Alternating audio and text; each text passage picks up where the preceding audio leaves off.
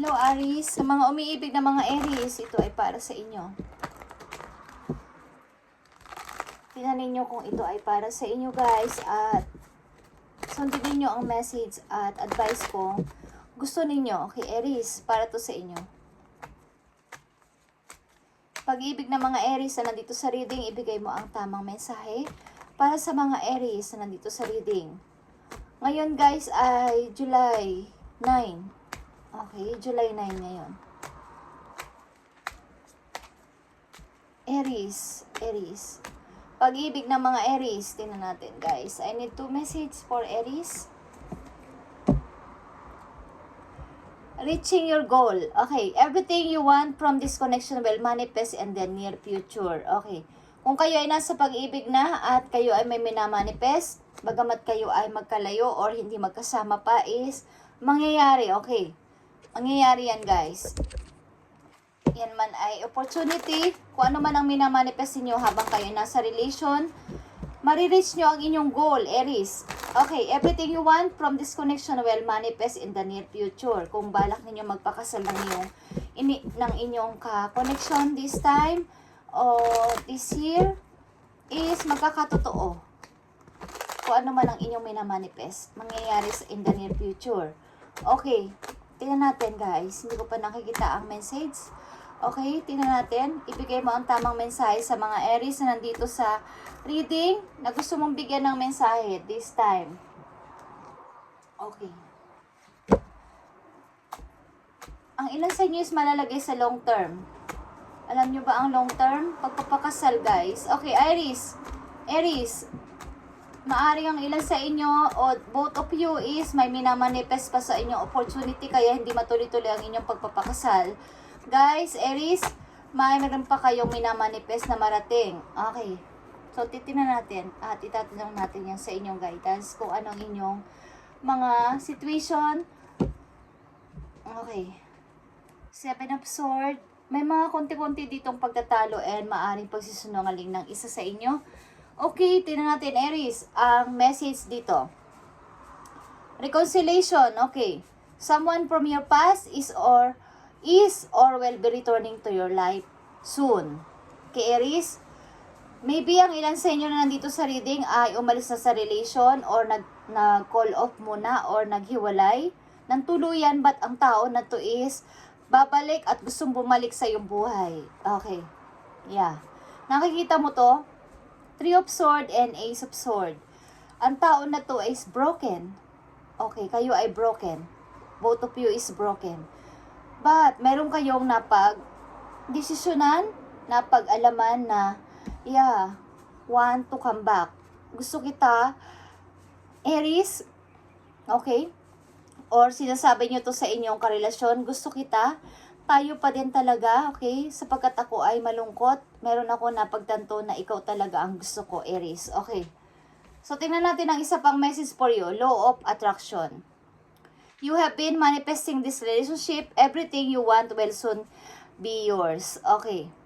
Minamanifest mo ang inyong relation ng tao na to kung sino man ang karelasyon ninyo, Aries, this time sa inyong kasulukuyan na magkakaroon ng magandang resulta, okay, soon, the near future.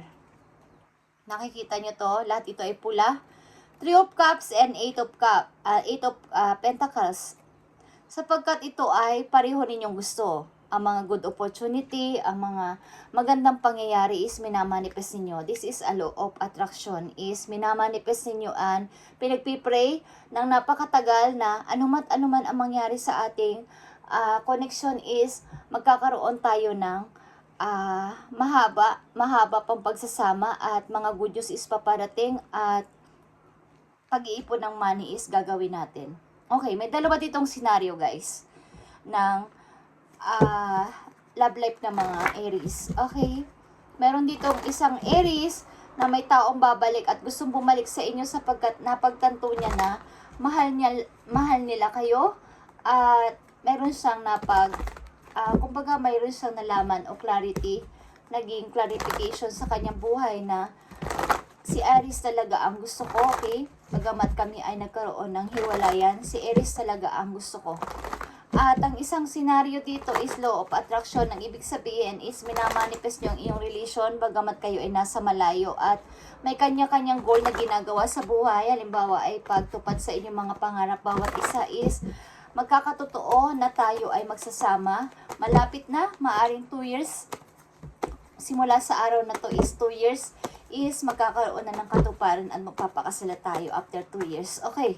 Tingnan natin guys, ang message for you. Aries, sa reconciliation and law of attraction. Sapagkat may dalawa dito ang senaryo ng story ng mga Aries. Okay, tingnan natin. Or ito ay magkasama.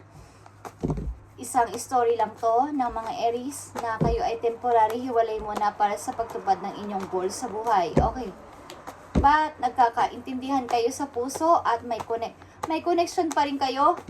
Nagkakatawagan pa rin kayo meron kayong contact. Okay. Reconciliation and law of attraction. Para sa Aries.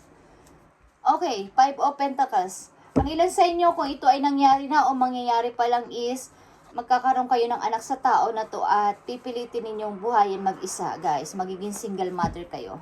Okay. Ang ilan sa inyo magiging single mother or nangyari na o mangyayari pa lang. Guys, reconciliation is here, temptation. Okay. So, kayong dalawa ay mayroong temptation sa isa't isa.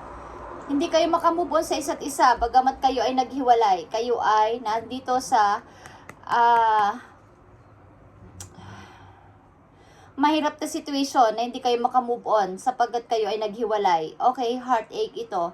And hindi nyo alam kung maliligtasan nyo to o malalampasan. Okay, sa law of attraction, nakikita nyo ang 9 of Pentacles dito. Nandito ang 8 of Pentacles. Pupunta sa 9 of Pentacles. Magtatagumpay kayo dito sapagkat ito ay law of attraction. Ito ay minamanifest ninyong dalawa na matutupad ang inyong pagsasama. After 2 years maybe. Yeah, just saying. But ito ang nakikita ko, nararamdaman ko. After 2 years, kayo ay magpapakasal sapagkat nagkakaintindihan kayo sa inyong mga pangarap at pagtupad sa inyong pangarap bago kayo magpakasal. Okay. So, mabilisan lang to Aries sapagkat nandito ang message. Nakikita ko at nararamdaman ko ang message. Okay. Aries, tingnan natin ang paparating na message sa inyo. Lord in heaven, universe in heaven, bigay mo ang tamang mensahe sa mga Aries na nandito sa reading. Ibigay mo ang tamang mensahe about sa kanilang pag-ibig. About dito sa temptation and 9 of coins o 9 of pentacles. Aries na nandito sa reading, ibigay mo ang tamang mensahe dito sa temptation at 9 of coins. Bagamat kayo ay naghiwalay is nagkakamisan kayo sa isa't isa o mayroon dito ang temptation na nangyayari is maaring low energy ang isa sa inyo o both of you is low energy at hindi alam kung paano makaka-move on sa situation na to. Okay. Law of attraction. Yeah, matutupad ang inyong pangarap bago kayo magpakasal. Matutupad ang inyong goals. Okay. Aries, sa temptation. Okay guys, nakikita nyo to. Dito sa temptation, ang payo sa inyo dito ay kayo magpatuloy. Pagkamat kayo ay hiwalay, nakikita nyo tong 6 of Wands and 2 of Swords and reverse. Ang ibig sabihin nito, kailangan nyo na mag-decide kung kayo ay naghiwalay because reconciliation is here. May gustong makipagbalikan sa iyo, Aries. At brinok ka ng tao na to. At temptation is here. Maaring kayo din ay sangkot sa third party or ito ay third party situation na yung dalawa is kung gusto mo itong pakawalan is marami sa inyong susuporta dito. Hindi man marami is mangilan-ngilan ang susuporta na Aries, magpatuloy ka at this is your energy. 6 of Wands is Aries. And 2 of Swords in reverse, kayo ay magdidesisyon o pipilitin nyo magdesisyon para dito, para kayo ay makamove on at piliin na maging malaya dito sa third party na to. Okay. Bagamat ang tao na to ay gusto sa inyo makipagbalikan, ito ay third party. So, pipilitin nyo na maging malaya dito at hanapin ang inyong sarili at magkaroon ng freedom. Okay. Law of attraction is here. Nakikita nyo to guys. Queen of Cups and 10 of Pentacles. Nakikita nyo to? Thank you. Thank you, God. Okay, thank you, Lord. Nakita nyo ang 8, 9, and 10 of Pentacles. Tuloy-tuloy ito, guys.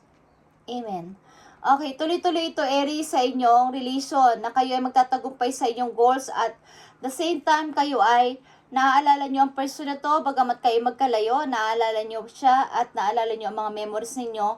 But At the same time, kayo ay nagsisikap na dalawa at tinutupad ang mga pangarap na to para sa inyo bago kayo magpakasal. Kayo ay nandito sa manifesting. Okay. May dalawa ditong story ng Aries, guys. At dito sa unang scenario, guys, is pilitin niyo na wag nang balikan kung ito ay third party at kayo magpatuloy at palayain ang sarili sa tao na to at maging malaya. Okay, maraming mga kamag-anak nyo ang matutuwa dito o mga kaibigan nyo na sumusuport sa inyo mula sa Paul na alam ang inyong relation sa tao na to na kayo ay dapat malaya na. Okay, Aries, mabilisan lang to, guys. At thank you, Lord. Thank you, Universe, sa message. Okay, tingnan natin ang message dito, Aries, sa temptation. Okay, na gustong sabihin sa inyo at ipayo ng inyong mga arkanghel. Okay, from heaven. Guys, pupunta kayo sa pagpapakasal. Hintay-hintay lang. Maaring ito ay 2 years sapagkat tinutupad nyo pa, both of you, ang inyong pangarap bago kayo lumagay sa tahimik o sa pagpapakasal. Temptation and the law of attraction is here. Tingnan natin, guys. Nakikita nyo ang 2 of Raphael, 2 of Cups. Kayo ay soulmate. Okay, kayo ay soulmate, guys. Okay, Aries, na nandito sa reading, kayo ay nai-involve o nandito kayo sa isang tao na hindi bumibitiw sa inyong pagmamahal o hindi nyo binibitiwan sa pagmamahal o both of you is hindi bumibitiw sa pagmamahal. Kayo ay soulmate. Okay? At ako ay natutuwa, guys, at ako ay excited sa inyo. Okay, peace. Nakikita nyo ang peace dito sa temptation. Release the past. There is a more increasing future coming. Let go and let God. Aries. Okay. Release the past, guys. Kung kayo ay nasa third party at ang tao na to ay gustong magbalik sa inyong buhay, no. Okay. Ito ay 3 of Swords and Ace of Swords. Nalaman nyo na ang katotohanan. Clarity is here. Kahit bumalik ang tao na to, no. Okay. Magpatuloy kayo para sa inyong tagumpay at mag-decide na. Mabilisan. Okay. Mabilisan, mag-decide na kayo mula sa araw na to. At kayo ay magkakaroon ng peace of mind. Let go and let God. Okay. Lumapit kayo kay Lord at magpahiling. Okay.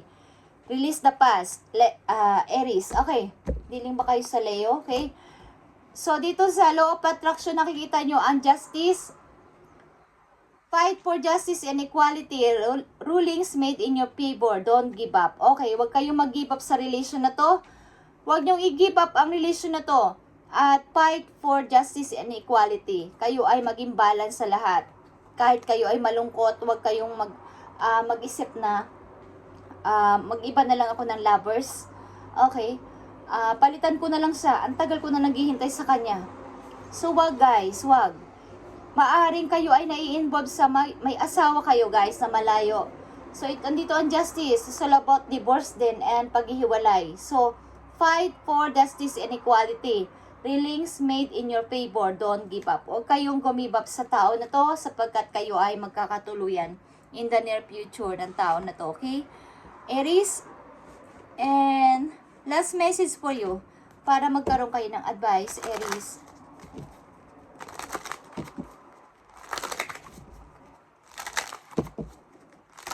Kayo ay nai-involve sa inyong soulmate. Ang ilan dito sa Aries na nandito sa reading, kayo ay malakas ang energy dito na kayo ay nai-involve sa inyong soulmate na nagpapatuloy.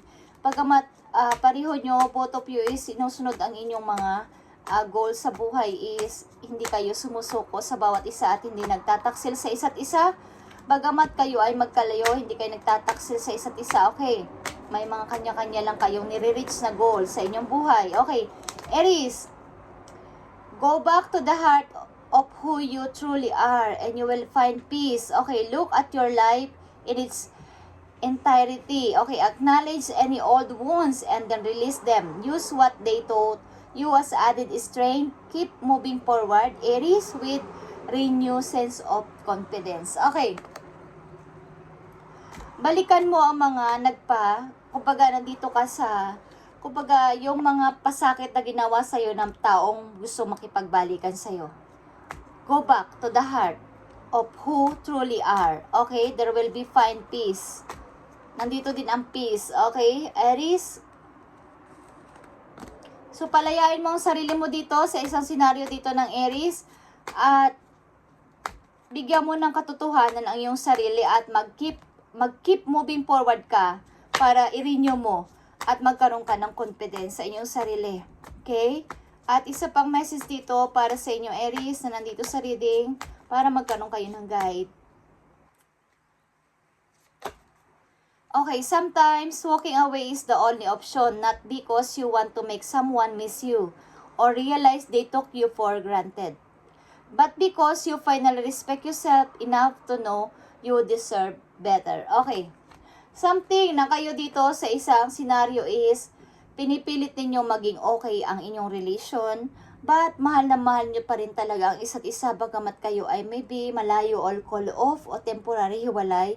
But binibigyan mo siya ng time o ng ma-realize niya na ikaw ay mahalaga sa kanya at dapat kanyang i-treat ng naaayon sa iyong kinalalagyan sa ngayon at pag-treat mo rin sa kanya, pagtrato mo sa kanya, dapat ka rin niyang i-treat ng naaayon sa pagtrato mo sa kanya. Okay, sapagkat maaaring may mga malayo man kayo at nagkakaintindihan kayo sa isa't isa, dito is maaaring may mga pagkakataon na kailangan mong iparamdam sa taong mahal mo na itrato mo ako kung paano kita itrato. Kung gusto mo ako at mahal mo ako at makasama habang buhay bilang long term, ito na relation is, kumbaga, kahit magkalayo tayo at namimiss mo ko, nahuhumsik ka dahil wala ako, is kailangan mo patunayan na mahal mo ko at hindi ka mag-iiba ng mahal, kundi ako lang. Okay? Ito ang reading nyo, Aries, ngayong July 9, 2024. At pagpalain kay ni Lord, ito ang reading about sa inyong love life today. And pagpalain kay ni Lord, Aries, at matupad ang inyong mga prayers araw-araw, guys. Thank you and God bless, Aries.